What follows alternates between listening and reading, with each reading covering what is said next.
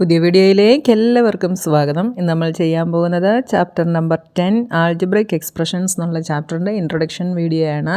അപ്പോൾ നിങ്ങൾക്ക് വീഡിയോസ് ഇഷ്ടപ്പെട്ടാൽ ചാനൽ സബ്സ്ക്രൈബ് ചെയ്യാനും നിങ്ങളുടെ ഫ്രണ്ട്സിനൊക്കെ ഷെയർ ചെയ്ത് കൊടുക്കാനും മറന്നു പോകരുത്. അപ്പോൾ ഈ ചാപ്റ്ററിൽ എന്തൊക്കെയാണ് നമുക്ക് പഠിക്കാനുള്ളതെന്ന് നോക്കാം.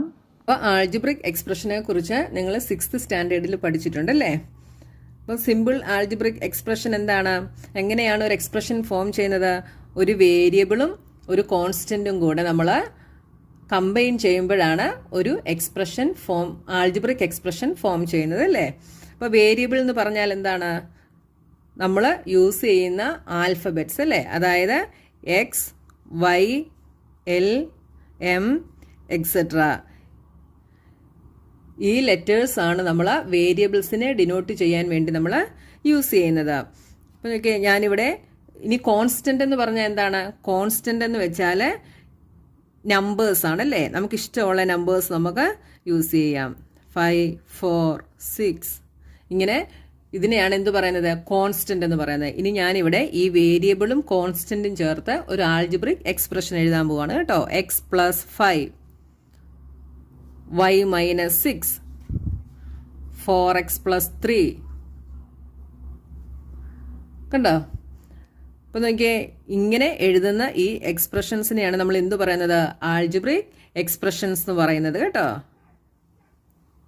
ഇവിടെ നോക്കിയേ, എക്സ് പ്ലസ് 5 എങ്ങനെയാണ് ഫോം ചെയ്തത്? എക്സ് എന്ന വേരിയബിളും 5 എന്ന കോൺസ്റ്റൻറ്റും കൂടെ നമ്മൾ ആഡ് ചെയ്തു. ഇവിടെ y എന്ന വേരിയബിളും 6 എന്ന കോൺസ്റ്റൻറ്റും കൂടെ നമ്മൾ സബ്ട്രാക്ട് ചെയ്തു. ഇവിടെ എന്താണ്? എക്സ് എന്ന വേരിയബിള് കോൺസ്റ്റൻ്റ് ആയ 4ൻ്റെ കൂടെ മൾട്ടിപ്ലൈ ചെയ്തിട്ട് ആ പ്രൊഡക്റ്റും ഒരു കോൺസ്റ്റൻ്റ് ആയ 3യും കൂടെ നമ്മൾ ആഡ് ചെയ്തു. അപ്പം 4x plus 3 എന്നുള്ള ആൾജിബ്രിക് എക്സ്പ്രഷൻ നമുക്ക് കിട്ടിയല്ലേ. ഇനി വേറെ ഒരു എക്സ്പ്രഷൻ നോക്കിയേ, എക്സ് സ്ക്വയർ. ഈ എക്സ് സ്ക്വയർ എന്നുള്ള എക്സ്പ്രഷൻ നമുക്ക് എങ്ങനെയാണ് കിട്ടിയത്? The expression x square is obtained by multiplying the variable x by itself അല്ലേ. എക്സും കൂടെ മൾട്ടിപ്ലൈ ചെയ്തപ്പോഴാണ് നമുക്ക് എക്സ് സ്ക്വയർ കിട്ടിയത്. ഇനി എക്സ് ക്യൂബ് എന്താണ്? എക്സിനെ 3 times മൾട്ടിപ്ലൈ ചെയ്തപ്പോഴാണ് നമുക്ക് എന്ത് കിട്ടിയത്? എക്സ് ക്യൂബ് കിട്ടിയത്. ഇതിനെ എക്സ് ക്യൂബ് എന്നാണ് വായിക്കുന്നത് കേട്ടോ, അല്ലെങ്കിൽ x raise to the power 3.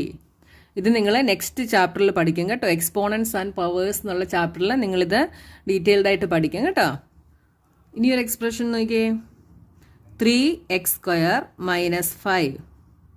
ഈ എക്സ്പ്രഷൻ നമുക്ക് എങ്ങനെയാണ് കിട്ടിയത്? ആദ്യം നമുക്ക് എക്സ് സ്ക്വയർ എങ്ങനെയാണ് കിട്ടിയതെന്ന് നോക്കണം. എക്സ് സ്ക്വയർ എങ്ങനെയാണ് നമുക്ക് കിട്ടിയത്? എക്സ് എന്ന വേരിയബിളിനെ എക്സ് കൊണ്ട് തന്നെ മൾട്ടിപ്ലൈ ചെയ്തപ്പോൾ നമുക്ക് എക്സ് സ്ക്വയർ കിട്ടി. ആ പ്രൊഡക്റ്റിനെ നമ്മൾ 3 എന്ന കോൺസ്റ്റന്റ് കൊണ്ട് മൾട്ടിപ്ലൈ ചെയ്തപ്പോൾ 3x സ്ക്വയർ കിട്ടി അല്ലേ. ആ 3x സ്ക്വയറിൽ നിന്ന് 5 നമ്മൾ സബ്ട്രാക്ട് ചെയ്തു. അപ്പോൾ നമുക്ക് എന്ത് കിട്ടി? 3x സ്ക്വയർ മൈനസ് 5 എന്ന് കിട്ടി. മനസ്സിലായോ? ഇനി നോക്കിയേ, ഇനി നെക്സ്റ്റ് നമുക്ക് നോക്കാനുള്ളത് ടേം. അപ്പം ഒരു എക്സ്പ്രഷൻ നമുക്കിങ്ങനെ തന്നു കഴിഞ്ഞാൽ അതിലെ ടേം എന്താണെന്നാണ് ഇനി നമുക്ക് നോക്കാനുള്ളത്. ഇപ്പം നോക്കിയേ, 3x സ്ക്വയർ മൈനസ് 5 ഇതിലെ ടേം എന്ന് പറയുന്നത് 3x സ്ക്വയർ ഒരു ടേം ആയിരിക്കും, -5 നെക്സ്റ്റ് ടേം ആയിരിക്കും. മനസ്സിലായോ? അപ്പം നമുക്ക് ഇവിടെ 3x സ്ക്വയർ മൈനസ് 5 ആണെങ്കിൽ നമ്മൾ ആ മൈനസും കൂടെ ചേർത്തിട്ടായിരിക്കും നമ്മൾ ടേം എടുക്കുന്നത് കേട്ടോ. അപ്പോൾ ടേം എഴുതാൻ പറയുമ്പോൾ എപ്പോഴും നിങ്ങൾ ശ്രദ്ധിച്ചോണം, മൈനസ് ആണ് സൈനെങ്കിൽ മൈനസും കൂടെ ചേർത്തായിരിക്കും നമ്മൾ ടേം എഴുതുന്നത്. ഇവിടെ നോക്കിയേ, 4x plus 8 ഇതിലെ ടേം ഏതൊക്കെയായിരിക്കും? 4x and 8. മനസ്സിലായോ ടേം എഴുതുന്നത് എങ്ങനെയാണെന്ന്? ഇനി നെക്സ്റ്റ് നമ്മൾ നോക്കുന്നത് ഫാക്ടേഴ്സ് ഓഫ് എ ടേം. ഇവിടെ നോക്കിയേ, ഇവിടെ 3x സ്ക്വയർ എന്നൊരു ടേം ഉണ്ടല്ലേ. ഈ 3x സ്ക്വയർ എന്ന ടേമിന്റെ ഫാക്ടേഴ്സ് എങ്ങനെ എഴുതാമെന്നാണ് ഇനി ഞാൻ കാണിക്കാൻ പോകുന്നത്. നോക്കിയേ, ഇതിലെ ഫാക്ടേഴ്സ് 3x സ്ക്വയർ എന്തായിരിക്കും? എക്സ് സ്ക്വയർ എന്ന് പറയുന്നത് എന്താണ്? എക്സ് ഇൻറ്റു എക്സ് ആണല്ലേ. അപ്പം നമുക്ക് നെക്സ്റ്റ് ഫാക്ടർ എക്സ്. കണ്ടോ? 3x സ്ക്വയറിനെ നമ്മൾ 3x എന്ന് എഴുതി. ഇങ്ങനെയാണ് നമ്മൾ ഫാക്ടർ എഴുതുന്നത് കേട്ടോ. അപ്പം 3x square is A product of the factors 3x and x. -6xy ഇതിൻ്റെ ഫാക്ടേഴ്സ് എന്തൊക്കെയായിരിക്കും? -6, x and y are the factors. ഇനി നമുക്ക് ഒരു എക്സ്പ്രഷൻ തന്നിട്ട് അതിൻ്റെ ട്രീ ഡയഗ്രാം വരയ്ക്കാൻ പറഞ്ഞാൽ അതോടെ എങ്ങനെയാണെന്ന് ഞാനൊന്ന് കാണിച്ചു തരാമേ. നോക്കിയേ, 4x² - 3xy. ഈ എക്സ്പ്രഷൻ്റെ ട്രീ ഡയഗ്രാം എങ്ങനെയാണെന്ന് നമുക്കൊന്ന് നോക്കാമേ. എക്സ്പ്രഷൻ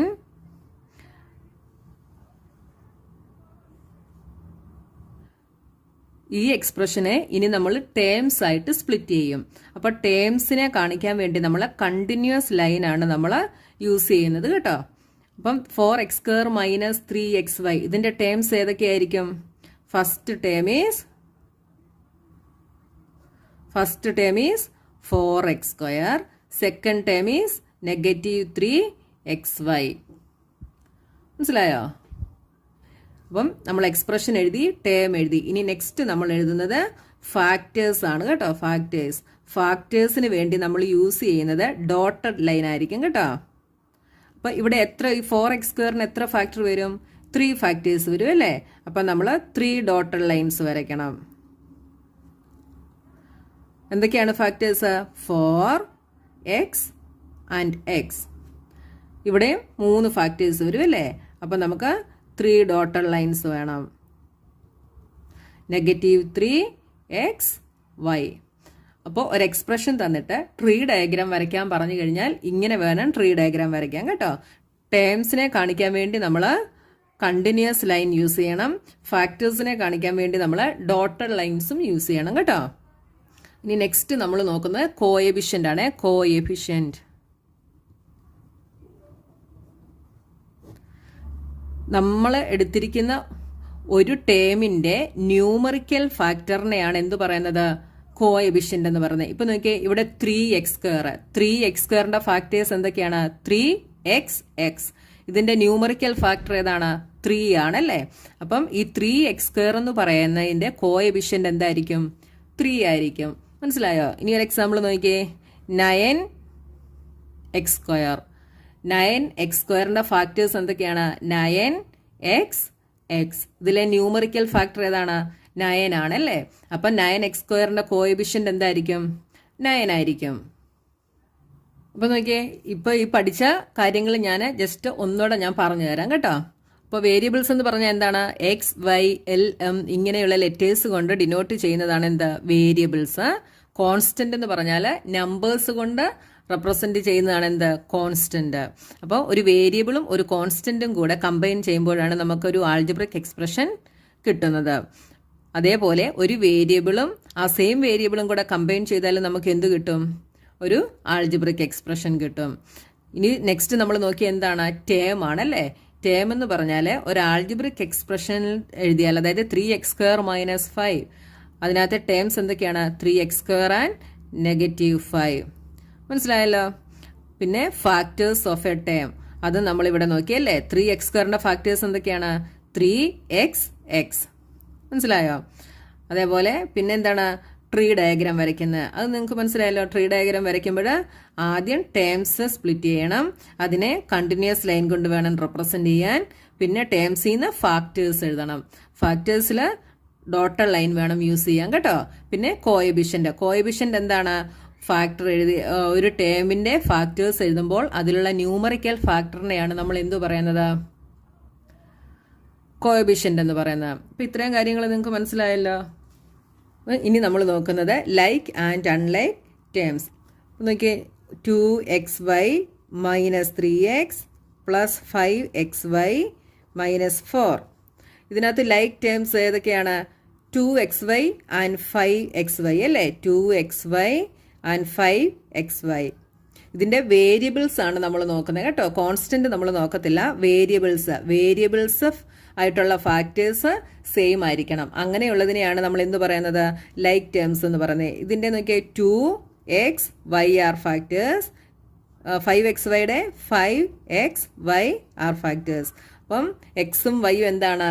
2 ടേംസിലും സെയിം ആണല്ലേ? അപ്പം ഇങ്ങനെയുള്ള ടേംസിനെയാണ് നമ്മൾ ലൈക്ക് ടേംസ് എന്ന് പറയുന്നത്. ഇനി ഇവിടെ നോക്കിയേ, 2xy ആൻഡ് 3x -3x. ഈ 2 ടേം എടുത്താൽ ഇതിൻ്റെ ഫാക്ടർ 2xy. ഇതിൻ്റെ എന്താണ് -3x. ഇതിൻ്റെ വേരിയബിൾ എന്തല്ല, സെയിം അല്ല. അപ്പം ഈ രണ്ട് ടേംസിനെ നമുക്ക് എന്ത് പറയാം, അൺലൈക്ക് ടേംസ് എന്ന് പറയാം. മനസ്സിലായോ? അപ്പോൾ ലൈക്ക് ടേമും അൺലൈക്ക് ടേമും എന്താണെന്ന് മനസ്സിലായല്ലോ. ഇനി നോക്കിയേ 4x² ആൻഡ് 3x². ഇവിടെ നോക്കിയേ 4x 3x. ഇവിടെയും വേരിയബിൾസ് സെയിം ആണല്ലേ. അപ്പോൾ ഇതെന്തായിരിക്കും, ലൈക്ക് ടേംസ് ആയിരിക്കും. നോക്കിയേ -8xy -6y². ഇവിടെ എന്തായി വരും, -8xy, ഇവിടെ -6y. ഫാക്ടേഴ്സ് ഇങ്ങനെ വരും അല്ലേ. ഇവിടെ വേരിയബിൾസ് എന്തല്ല, സെയിം അല്ല. അപ്പം ഈ ടേംസിനെ നമുക്ക് എന്തു പറയാം, അൺലൈക്ക് ടേംസ് എന്ന് പറയാം. അപ്പോൾ ലൈക്ക് ടേമും അൺലൈക്ക് ടേമും മനസ്സിലായല്ലോ. ഇനി നെക്സ്റ്റ് നമ്മൾ നോക്കുന്നത് monomials, binomials, trinomials and polynomials.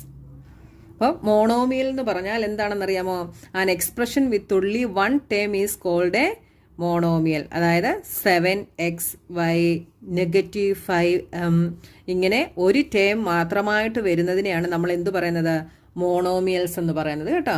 ഇനി ബൈനോമിയൽ എന്താണെന്ന് ചോദിച്ചാൽ an expression which contain 2 unlike term is called a binomial.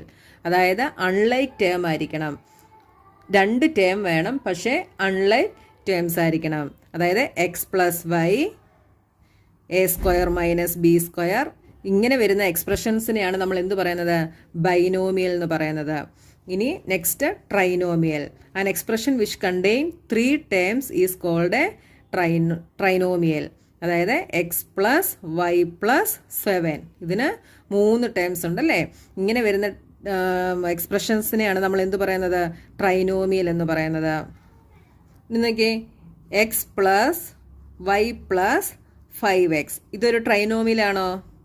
അല്ല അല്ലേ. എന്താണെന്ന് ചോദിച്ചു കഴിഞ്ഞാൽ ഇതിൻ്റെയും വേരിയബിൾസ് സെയിം ആണ്, ലൈക്ക് ടേംസ് ആണല്ലേ.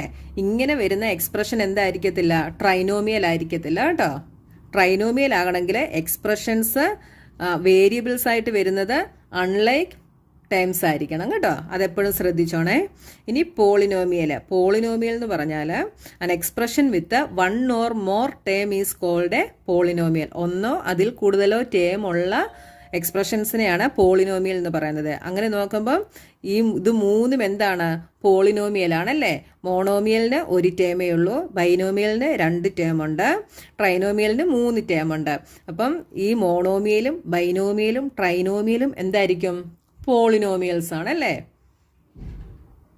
അപ്പോൾ ഇൻട്രൊഡക്ഷനായിട്ട് ഇത്രയും കാര്യങ്ങളാണ് പറയാനുള്ളത്.